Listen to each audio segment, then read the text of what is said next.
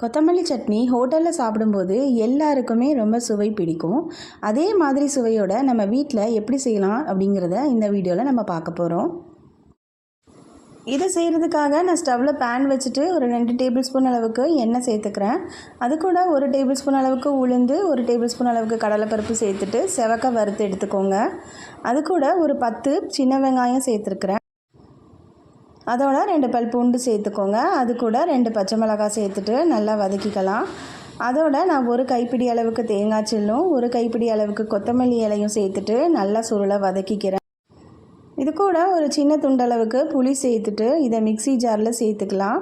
நல்லா ஆற விட்டுட்டு அரைச்சி எடுத்துக்கோங்க. கடைசியாக உப்பு சேர்த்துட்டு நல்லா அரைச்சி எடுத்துக்கலாம். கடைசியில் நம்ம எப்பவும் தாளிக்கிற மாதிரி சட்னிக்கு தாளித்து சேர்த்துக்கலாம். இந்த கொத்தமல்லி சட்னி சாப்பிட்றதுக்கு அப்படியே ஹோட்டலில் செய்கிற மாதிரி இருக்கும். இதை எல்லோரும் செஞ்சு பார்த்துட்டு எப்படி இருக்குன்னு கமெண்ட் பண்ணுங்கள். அதோட லைக் பண்ணவும் மறக்காதீங்க.